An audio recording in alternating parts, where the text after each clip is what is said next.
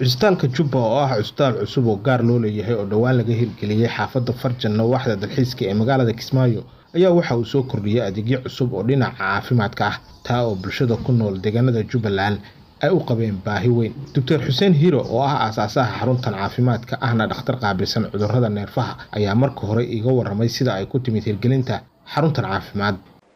wuxuu ahaa maaragtay fikir waqti hore ugu dhashanaa aniga especially aniga waxaan ahaa ardadii ruushka ka bacdina waddanka Finland ka qaatay takhasuska neurology-ga ilaa iyo 20 sanana ku shaqaynayay. waxaan PhD-da ku qaatay Tampere University of Finland ku taala. waxaan ku takhasusay cudurkan maaragtay neurology-ga ama neerfaha Soomaalidu u taqaano.